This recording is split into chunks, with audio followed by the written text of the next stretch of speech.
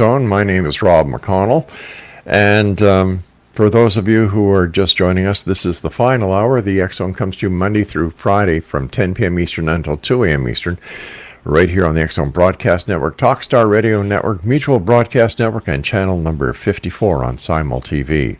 And to get more information about Simul TV, how you can actually subscribe to Simul TV, and you've got to go to their website and check out the great programming that they have. The X Zone TV channel is channel 54. We broadcast 724, 365. We've got interviews, we've got movies, we've got documentaries, something for everyone. Just like the rest of the network has something for everyone, including when you're part of the Simul TV family and you're a subscriber, you can also get videos on demand from Sony. So there's a lot going on there. Check it out at www.simultv.com. Exonation, my guest this hour is Mark MUNCY, and we've had the pleasure of having Mark on before. We've talked about everything from, let me see, Mark, we've talked about cryptozoology, we've talked about the skunk ape, we've talked about folklore. But now, Mark, you've got a brand new book coming out called Eerie, Appalachia? Yeah. I was working on my next Florida book when suddenly an odd tie came in, something I did not expect. I was interviewing some witnesses of the Crestview sighting from 1952, and these were kids who were in a school who saw this strange craft come down by their school, and then it had dozens of little extra craft around it. So it was a big show, and they got interviewed by the military. And after they were interviewed, one of the kids said, "Oh, they kind of flew like helicopters." So the newspapers all said, the strange craft were helicopters, and Right. the story disappeared for years. Otherwise, it would have been as big as Roswell. But now, modern day, we suddenly Navy aircraft are being declassifying all these unusual footage and stuff, and these kids who are now in their 60s, 70s, 80s are saying, "Hey, that's what we saw. This is what we saw. It wasn't helicopters. We never were crazy." So of course they reach out to the Eerie, Florida guy and say, "Hey, Mark, we want to talk to you. We've read your books. We've seen you on TV." And so I start getting these emails and stuff. But I'm interviewing one of them, and what was amazing to me was his father had this little booklet. And it was like a diary / address book / journal, and it had the day in question. And he had written down, his father had written down the name of the military men who had showed up to interview him. So I'm thinking, oh, Freedom of Information Act, I might get lucky and find out who these guys are. And the names were like Captain Sinclair of the Coast Guard. That's unique. I got some luck with that. Then there was one was a Captain Smith of the Air Guard. That's not going to help me much for the 1950s. But then the last one was, it said Government Man, Cold. And I immediately did some math in my head and said 1952, Indrid Cold, from the famous incident in Parkersburg, West Virginia. And suddenly this was 6 months after that. So, oh my gosh, so to say, the wheels started turning and everything was, is an understatement. This is groundbreaking. So suddenly this crazy thing from folklore and UFO history and alien history is now tying into something in Florida. So as I'm sending my publisher, "Hey, my next Florida book's going to have a chapter on Ohio, West Virginia, Kentucky." He's like, "No, do that book and then just have a chapter on Florida." So that's what we did. So how eerie is the Appalachian area? I mean, besides the UFO sighting. Oh my gosh, the Appalachians are the oldest mountains in the world. I mean, we think of the Grand Himalayas and this the Alps and all these things. The only reason they're so big is they're young. They're babies. The Appalachians predate all of them and were much grander and much larger. They've just been worn down over time. And I mean, if you look at it, the Scottish Highlands and Ireland are the same mountain range that connects to Alabama. It's just, we got spread apart when Pangea broke apart. So all those myths, all those legends have just spread out, and but it's not just that. There's this unusual connection of activity, and it's like the Bermuda Triangle, all spread out up the eastern coast of the United States. It really is the gateway, and there is so many things, from cryptids to ghosts to Bigfoot, and then into UFOs, aliens, and all that. And it's right a hot spot, right in the dead center of West Virginia, Kentucky, Ohio. But then it spreads north and spreads south all the way to Quebec. So, are you saying that the Appalachians are more eerie than Florida? I've got 3 books about Florida, so I don't know if more, but definitely on par. The fact that this became my Florida books, I've done one a year for the last 5 years, and now this was a 2-year project, and I think it's probably going to be even bigger because we've just scratched the surface. Mark, in doing the research for your book, where was the scariest location that you ended up? The scariest location that we ended up for this book was, there was a strange, unusual place that we were we started getting these things called holler stories, that I called them, where these legends had not really left the valley that they came from. These were just kind of little stories that had not traveled very far. And one was in an area called Jackson, Kentucky, which is a nice little town. But just outside of it, in one of these hollers, it's not even in the town of Jackson, but it's close.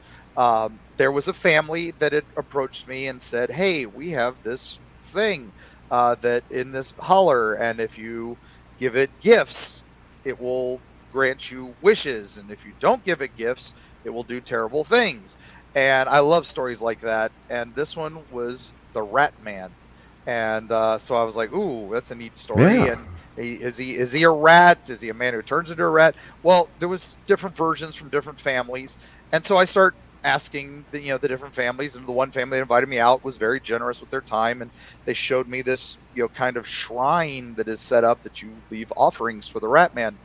Well, a neighboring family came out, and one of the ladies came out when she heard I was asking about Rat Man, and I wanted to know their version of it. She came back out with a shotgun and said, we don't talk about this. We don't talk about this with outsiders. And that was the only time. I mean, I talked some crazy stuff with a lot of amazing families and people. That was the only time that I was truly scared, because she was not happy to see me. Because Granny had a shotgun and she was going to aim it right at you and pull the trigger. It was like the one time I was not with my wife, who's always with me to sketch these things and to come up things. I broke our one rule. I went alone one day, and guess what? That's the day. My gosh. Besides the Rat Man, were there any other strange legendary creatures that romped around or do romp around the Appalachians? Oh, there's so many. I mean, the major ones everybody knows, the Mothman, the Snallygaster, these wonderful tales that we've heard. The Poplik monster's probably one of those other crazy ones, with a goat man with an axe who lives by a trestle bridge near Louisville. He's kind of sad because he actually has had a few people die investigating him, because in reality, because there's a trestle bridge there. It's a train track, and it's active, and it's hundreds of feet above a river, and people get up there to look for the monster, and then the train comes. Where do you go? You try to, you're going to fall to your death, and sadly several people have. Sounds like the monster is the train. Exactly. And it is blocked off. You're not supposed to go up there, and that's why we always say, don't go anywhere you're not allowed. Don't trespass. Don't do anything like that. But some of these monsters and legends are so amazing, and we know a few in the books have never been told. One of my favorites was the Bogeymen, which is another mine creature near Huntington. And this one we got from letters from 2 brothers in the late 1800s, and they're writing to each other, just general correspondence, and the family Hmm. kept the notes and they shared it with us because one of them's like, how's Aunt Sue, how's the wedding, all this. Well, an unusual thing happened in the mine.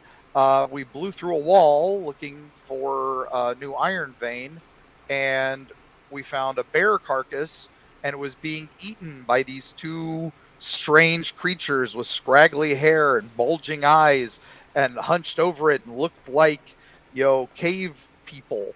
And they seemed nonplussed by the explosion that it scared, that had broken into this cave vein. And so, what do you think we should do? Hope to see you at the reunion. Signed, the brother. And then I have a letter down from where somebody had sent something back, and then he replied, and the reply back was, hope all is well. The mine owners hired some gunmen who went in to kill the bears, and they also came out with some of the creatures. Ooh. And so we've gone back to work. Um, Thanks for the suggestion, and then hope to see you at the wedding. Yeah, it was like, oh my god, it was just this little paragraphs in these normal letters, and so I was able to look up the mine. I was able to Yeah. look up the history behind it, and sure enough, there's a newspaper article about them looking for gunmen to kill some bears at that same week that those letters went out. All they needed to do was call Davy Crockett. Exactly. Yeah, he would have been around then. I think he was, Yeah. working with the government at that point. But Mark, you and I have to take a break. Please stand by. Exonation Mark MUNCY is our special guest, and if you'd like to find out more about Mark, all you need to do is go to the website, eerietravels.com. We'll both be back on the other side of this break. Don't go away. Mark Muncy is our guest this hour. We're talking about, well, right now we're talking about Eerie, Appalachia. If you'd like to find out more about Mark, visit his website at eerietravels.com. When's that book going to become available, Mark? it actually came out June 20th. It's available now. It's all over the place already. Our publisher, the History Press, has this in every CVS and Walgreens, and that they can get us into, and a lot of Cracker Barrels. So you've made it as an author when you're in Cracker Barrel. Excellent. Congratulations. Yeah, but you can. But we also are going to be at the Mothman Festival this Saturday. I'll be speaking as one of the guest speakers, talking about a new connection to Mothman, and talking some of these holler monsters that have never made it, spoken about before. So I'm excited. Why is the Mothman still around? Like, what's the attraction? I think he's just one of those. He's one of the first cryptids that goes into the paranormal. He's not just the skunk ape or down here in Florida, because we can't have nice things. We have to rename everything, or Sasquatch as he's called the rest of the world, or Bigfoot, where they could be natural. The Mothman, there is nothing possibly natural about this thing. Everybody who sees it has strange headaches or strange experiences or nightmares. It's like he's partially phased in some of the things. He doesn't fly by flapping his wings. He flies like a jet, and takes off into the air. The wings never move. And he makes this high pitched squeaky noise, and you'd think a roar or something like this. So he defies natural explanations, and that's why I think he has such a collective, people just get drawn to him. He's on another level. So you can like him if you like ghosts. You can like him if you like aliens. You can like him if you like cryptids. He's all those things and more. We don't know. He's one of those, the great unknown. He really is. When was the last time he was sighted? Actually, I get sightings constant. A lot Really? of people, talk about, the big famous sightings were in the 1960s, but and then after the Silver Bridge collapse, Hmm. everybody assumes, oh, that's it, because suddenly the newspapers stopped printing articles about him. Well, it just became less fun for the newspapers to print articles about him. So, but the stories were still coming in. And so as they became less and less reported in papers and stuff, people just stopped reporting them.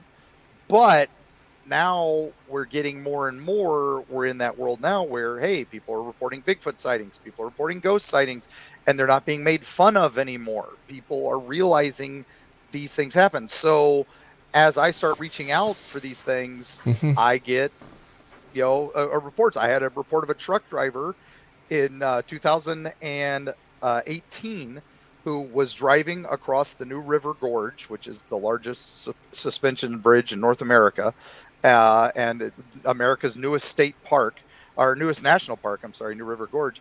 And as he's driving across the bridge, he catches something out of the corner of his eye that is flying on par with his truck doing 70 plus miles an hour. And this thing, he said, looked like a flying Sasquatch to him. It was insane. It didn't make sense. And then when he saw the red eyes, it shook him. And he literally, was like, had to suddenly get the sweats and focus on the road again because he's like, am I dreaming? What is Yeah. this? And then it dives off and flies away. But as it flies away, it kind of shimmers and almost fades away from his sight.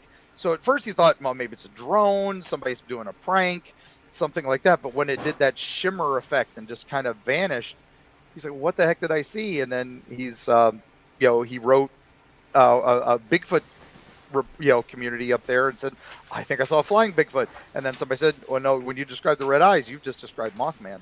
And a lot of people don't realize Mothman's original descriptions was he was hairy and he was covered in fur and he was muscular arms ripping his wings off of a barbed wire fence. Most people always assume the more John Keel, from the 2000 movie where it's just eyes and looks more like an owl or a moth, and that's the artistic representation. The original descriptions are like a flying Sasquatch. So this guy, I think, saw it.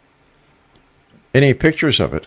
Not only from this gentleman who we were just talking about, but other people who have had encounters with the Mothman.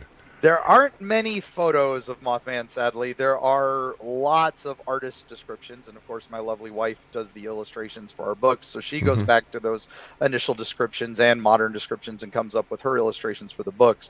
But Mothman is one of those that tends to dodge the photography and tends to dodge the stuff because his sightings are so few and far between, and they're so unusual, and people tend to be in this odd state when they see it. So I think it's only a matter of time before we do. It's just like Bigfoot. I think we're Yeah. getting more and more unusual photographs of that. I think we're on the cusp. I think if he's still out there, somebody's going to get him soon. Why do you think there's so many UFO sightings over the Ohio, Kentucky, West Virginia area? Well, it's a lot of dark sky area, which is wonderful because there's so few large cities that a lot of these areas do not have extended city lights. So there's a lot more things to look at, and a lot of people like to look up in these mountains because it's great for astronomy. It's Hmm. great for there's the whole Greenbrier observatory. There's a bunch of areas where you're not allowed to have bright lights so that you can watch this. But I think it really ties into Wright-Patterson Air Force Base, which is not too far from there. I think everybody talks Area 51. Everybody talks these, the bases where all the weird stuff happens. But if you're really in the know and you start researching this stuff, you realize, that was where Project Blue Book was.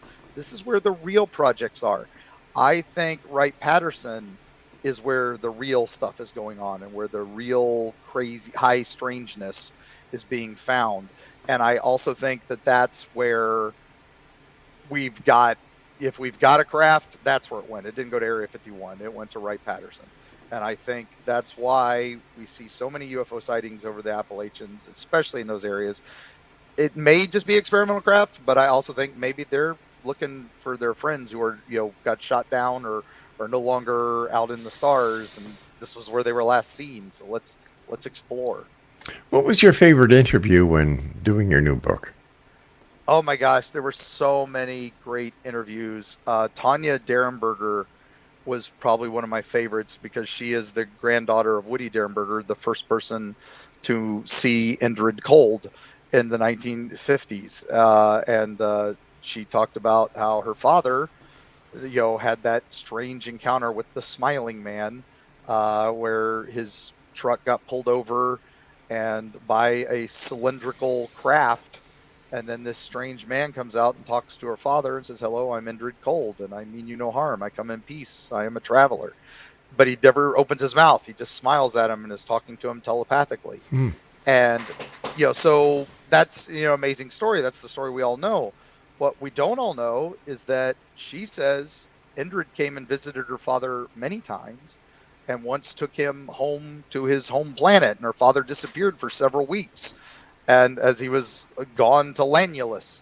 And then Indrid would visit her and talk to her long after her father's passing. And so she has met him several times herself. So that was probably the most fascinating interview because she's 100%. This is not a story. This is not a legend. She's not no, she's just, this is what happened to her. And that was amazing to me.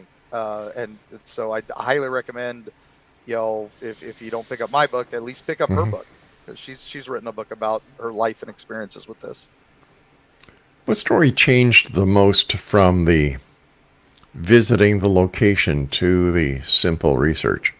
Yeah, we make sure we write everywhere we go. Every place we write about is a place we've been. We do not write about any place. We're not armchair, journalists. We actually go to these locations, and that changes the stories completely. Sometimes, sometimes it's exactly what you want. But I would say the one that changed the most for us was Bunnyman Bridge, which is another one of those urban legends you hear about a guy in a bunny suit that had an axe and he attacked a couple. Is that real? Can that possibly be real? Yes, it's real. By going to that bridge, we discovered it's not far from where there was an old asylum, and that there was a man there known as Bunny Man. Now, he wasn't wearing a bunny costume or anything, but he, killed several people and lots of animals, and he would tie them from the railroad ties near that bridge, and that's why he became known as the Bunny Man. But then it ties in because not a short distance away was where a man in a suit in the 1960s with a bunny mask attacked a couple with an axe. It wasn't the same guy, but that story suddenly, it's like, oh, that's how they merged. They knew the name Bunny Man. So was this guy imitating Bunny Man? Was he following up on the legend? So this was one of those, the more we looked into it, the more and more we've learned layer on layer on layer. And that was fascinating to us. So that's why that story became, such an engrossing legend for, such an unusual thing. And was, we thought it was just this urban legend. And now it's, no, this has got a layer of truth. This has got a layer of truth. They've merged and made one big story. And maybe they have. Maybe it is one big story. What about ghost stories? What's your favorite ghost story that you heard about in Appalachia? My favorite has to be Screamin' Jenny. The Greenbrier ghost is a close second, because that's a ghost who testified in her own murder trial, basically, and convicted her husband of murder. That's a pretty crazy story, and it's pretty well known in West Virginia. But Aunt Jenny was one. I got a lady messaged me and said, "I have a story for you." I love these letters. That's where I get most of my stuff. And she's like, "Have you heard of Aunt Jenny?" And I'd heard of Screaming Jenny. I'd heard of a few things. And I was like, "Is it Screaming Jenny?" And she said, "Oh yeah, that's my Aunt Jenny." And I'm like, "Oh, your own aunt is Screaming Jenny?" Yes. So this was a lady who had a farm in Alabama. She was half Cherokee and half white. And so she had blue eyes, but would look like a Cherokee otherwise. And she had 9 kids with her first husband. And then he gets murdered by the Confederate Old Guard for refusing to join the military.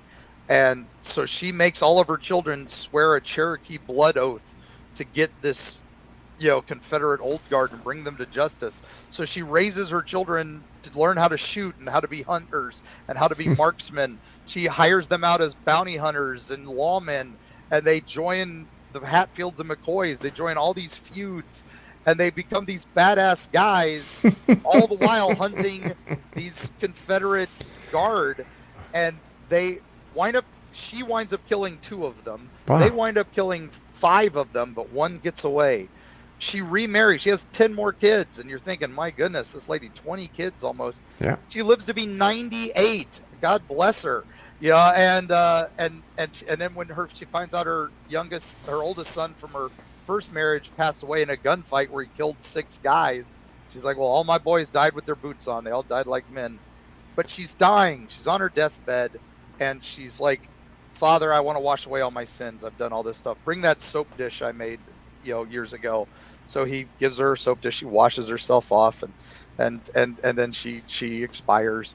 And as the priest is carrying the soap dish back, he realizes it's an unusual shape, and he realizes it's made carved skull of the man she had killed, one of the first Confederate guards. Oh, So Lord. she's washing away her sins in the skull of her enemies. Well, And now whatever floats your boat. exactly, but her spirit is seen throughout the Appalachians, usually near Alabama, and with these glowing blue eyes because of her blue eyes, and she's screaming Jenny. She's a banshee, and she will hunt. She's hunting those last people, but she'll also hunt other bad men. So what you do is you go to her grave and leave her an offering, and with a name of whoever you need taken care of. She's like the otherworldly hitman. It's amazing. And you've got to drive out this long old logging trail in the middle of nowhere, Alabama, just at the foothills of the Appalachians. And it's amazing. Her grave site is incredible. Stay tuned. We've got to take our break. And when we come back, more with Mark MUNCY. And if you'd like to find out more about Mark, if you'd like to buy any of his books, find out what he's up to, visit his website, eerietravels.com. This is the X Zone. I'm Rob McConnell. Don't go away. He says, trying to get his mouse to work. It's one of those days. What can I say? Oh, there we go. Craig, Master Control, take it from me, please. Mark, whatever got you into writing about creepy things? Like, what happened to you, pal? I think it goes back to my holler monster. My family had a creepy story about this strange creature. It sounds like something that escaped out of South Park, right? It's called the bench leg of Gobel Ridge. It has the misshapen head of a man. It has the body of a cow or a big cat, and it has a wooden leg, and it would jump from tree to tree, and it would, if you were a bad person, it would whoop you off the top of your tree with its big leg, its big wooden leg. Sounds like my first girlfriend. Exactly. I'm like, what a crazy story. And I was like, I want to hear ghost stories. I don't want to hear about this stupid thing. Yeah.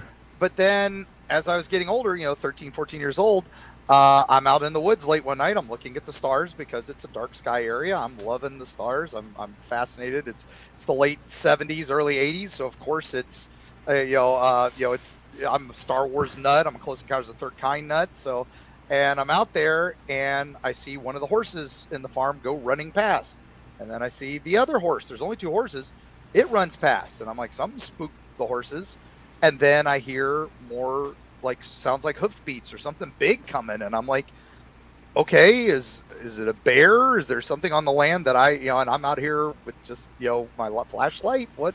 And then I see something strange run past that looks like a big cat with a kind of a glowy head. And I remember sitting in my head going, holy crap, every member of my family has talked about this thing, seeing it for hundreds of years. And now it's my turn.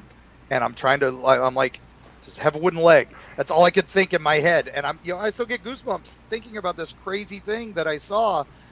And then it was gone. It just ran into the woods and, never saw it again. Never, anything, but I had a bench leg story. And so I would tell it around the campfires and nobody believed me. But then when we moved to Florida, a number of years later, I started collecting the local Florida legends because I wanted to know, did Florida have a bench leg? And so, 4 Florida books later, I suddenly am like, I'm being called back because of that strange encounter with the man about Indrid Cold. I'm like, all right, I'm going back home and I get to write about the bench leg. So I do research, which I'd never done on my own story. I don't know why I'd never done it, but we did. And sure enough, we found 1700s in that same area where my family land is. A man was killed. He was a peddler and he fought a bunch of bandits with a stick. And so they buried him, and to hide the crime, they murdered a cow on top of his body and buried him under that to hide the crime. So is that this spirit of vengeance? This cow with a wooden leg was his stick that he fought back. It certainly makes sense. The story fits. Yeah, So, yeah, the story moves me. dun, dun, dun, dun, dun, dun. Tell me about the curse of Robert the Doll. Oh, okay. So, Travel Channel fans and Discovery Channel fans, if you like your Ghost-tober, which is their big event every Halloween, it starts September 30th, and there's a new shock doc. They do a documentary every year on something spooky, and we're going to be talking about Robert the Doll down in Key West. And they brought me down to Key West, and I got to sit there and talk about Robert the Doll, and we got to bring Robert the Haunted Doll, America's most famous haunted doll. Maybe Annabelle might be a little more famous than him now, but Robert is right up there. Those in the know Robert's the real scary one. And we got to bring Robert the Doll home from his museum where he's at now to his original home in the artist's house, up to the turret where it was Robert's room for the first time in 30 years.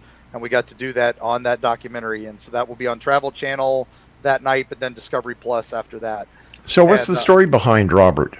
Now, Robert was the childhood toy of Robert Eugene Otto, and he was about a 3-foot tall doll made by the Steiff company that made the famous teddy bears, and he was just a really rich toy.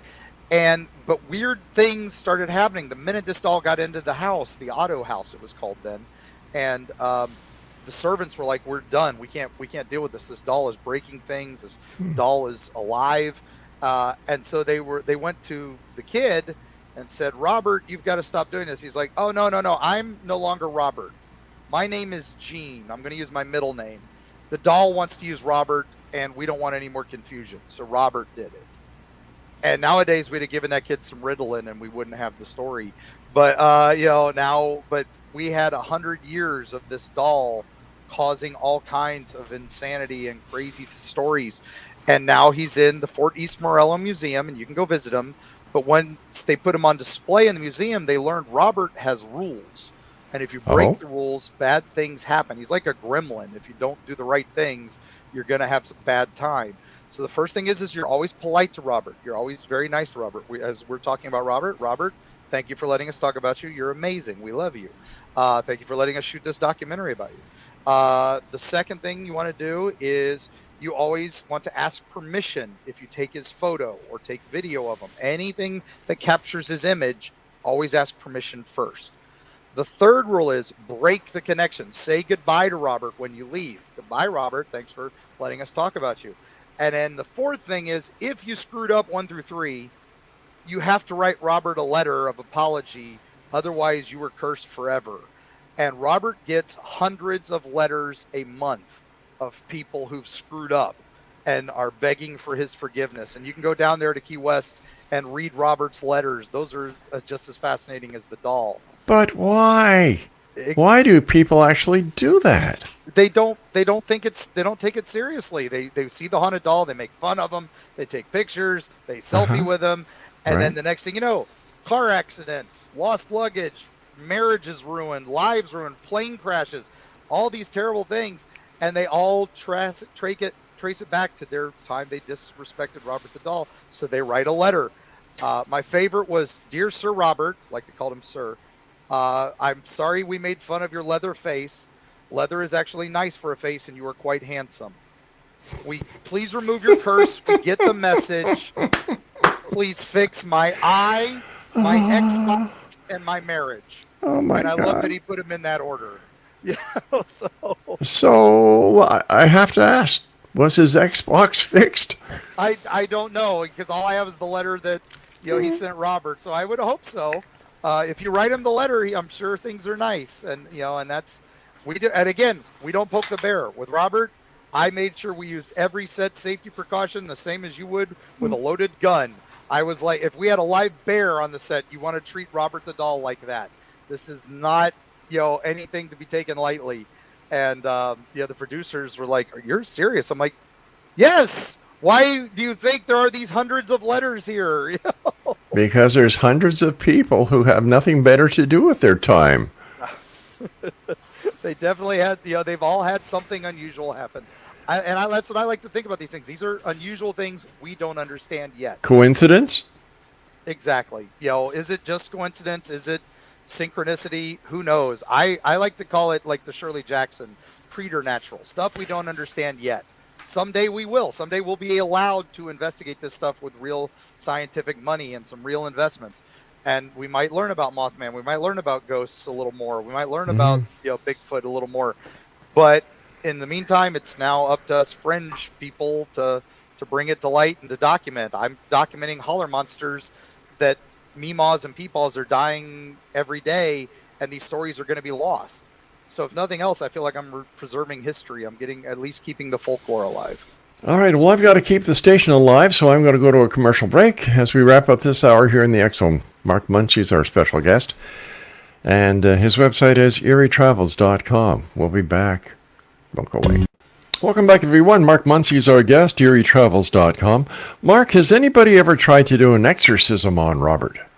I don't believe so. I know they've tried. They've had many psychics deal with Robert, many mediums, and again, it's one of those things where the house that he grew up in, which was the Otto house, is now the artist's house, which is an Airbnb in Key West, and you can stay in Robert's room.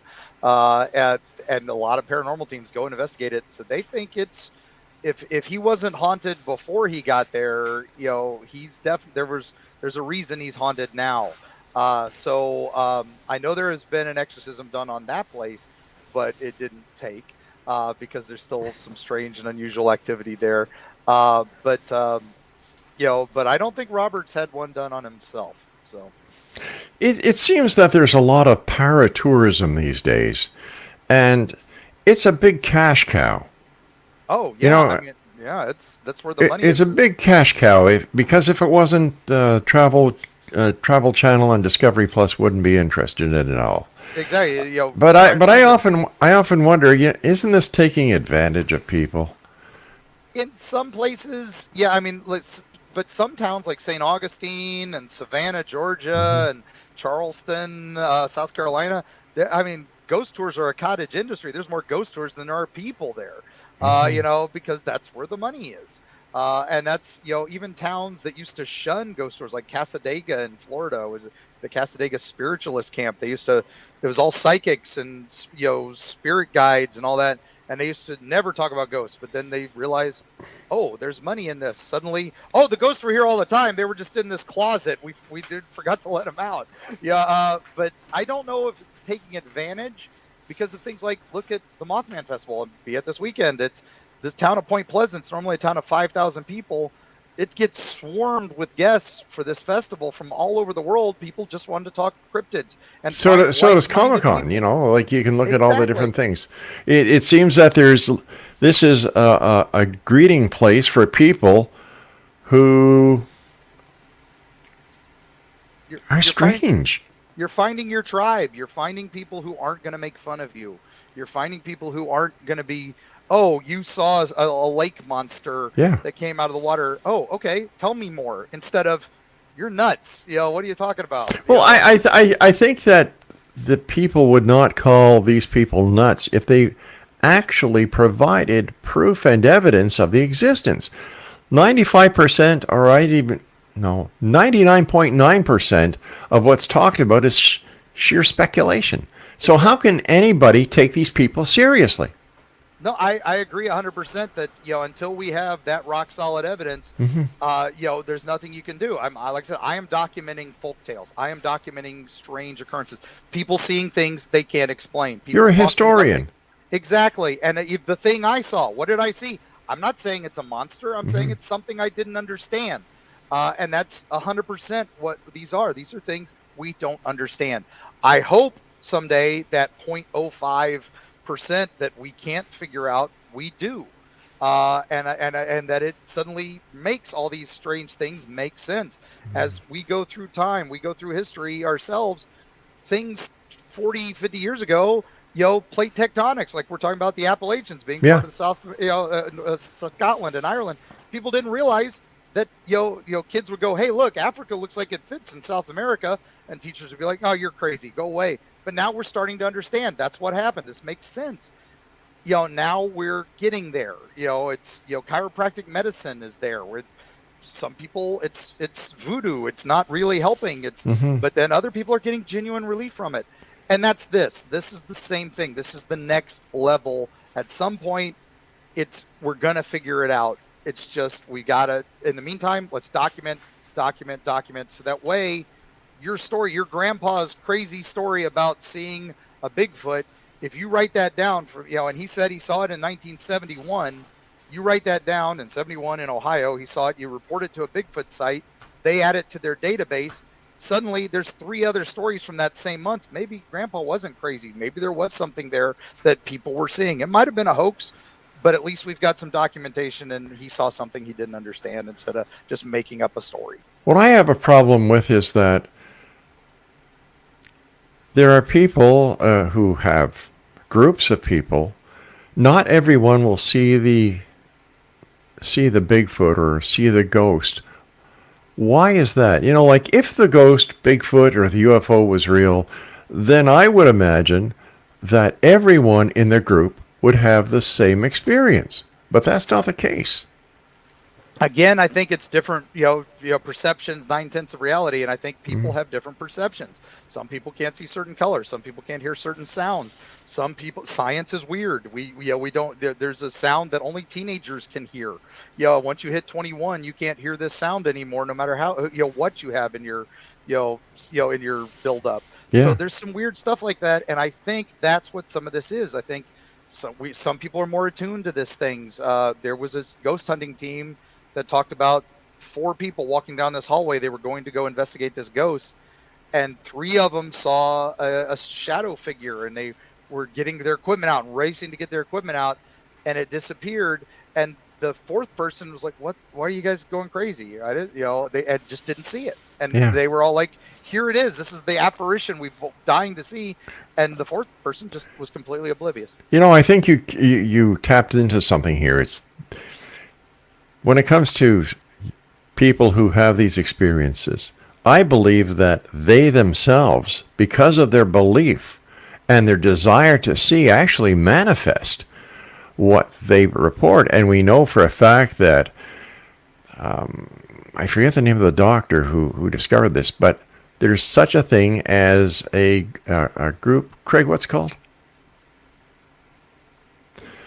Where if you're with people of the same mindset, you can actually transfer, or by using something like ESP or some other phenomenon, where you can actually pass the sighting on to the next person. Yeah, that's common alien abduction theory, where we have the flaps, where somebody has an alien abduction encounter, and then suddenly 10 other people in the area have it because he's talked about it. And so are they invalid because we find that a couple of them weren't? Maybe, but maybe it's this area. Maybe there's something going on, and we just need to study. And that's why I always just please, if you have something weird happen, if you see something, say something. If something weird happens, reach out to a UFO organization, a Bigfoot organization, your local ghost hunting teams. They're all over the place. They're on every Facebook page. But if nothing else, reach out to your favorite weird author who writes weird books and let him know, so that way he can document it to the right people. What's up next, Mark? What's your next project? We're working on that Florida book that started all this. We're back on to one more Florida book, but because I've gotten so much Appalachia from this, now that we're doing the shows and all that, I have a feeling we're going to have another Appalachia book too. So, fingers crossed. I've got a couple more books on the way, and definitely if you all like that shock doc on Travel Channel, let them know, and maybe I'll be lucky and get to do a few more documentaries for Travel Channel and Discovery. Mark, thanks very much for joining us. Take care of yourself, continued success, and we look forward to the next time you visit us here in the X Zone. Oh, can't wait to be back, Rob. Always a pleasure. Take care. Have fun this at the Mothman Festival. Oh, heck yeah. Gotta touch the shiny hiney. So. Take care, Mark. All right, X Zone Nation. There you go, Mark MUNCY. It's been one strange night here in the X Zone. Are you a skeptic or are you a believer? Send me an email, xzone@xzoneradiotv.com. Well, that's it for tonight, X Zone Nation. 4 hours up, 4 hours down. I'd like to thank Craig West in Master Control and my senior executive producer, my lovely wife, Laura Rogers. And to each and every one of you, thank you for allowing us to be part of your day, your night, no matter where you are in this great big world of ours. And always remember, keep your eyes to the sky and your heart in the light. I'm Rob McConnell. Good night.